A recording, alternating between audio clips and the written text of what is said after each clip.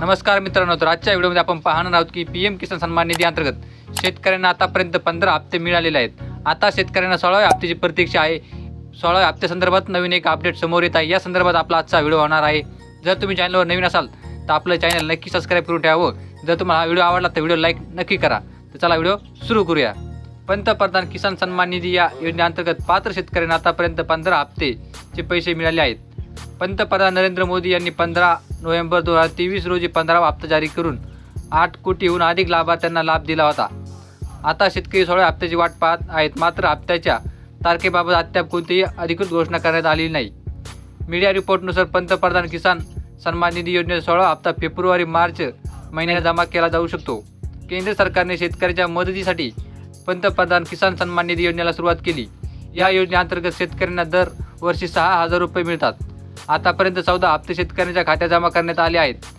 PM किसान government.in या अधिकृत वेबसाईटवर नोंदणी करून शेतकरी या योजनेचा लाभ घेऊ शकतात. तर ही होती छोटीशी अपडेट की PM किसान सन्मान निधीचा फेब्रुवारी ते मार्चमध्ये हा 16वा हप्ता जमा केला जाऊ शकतो.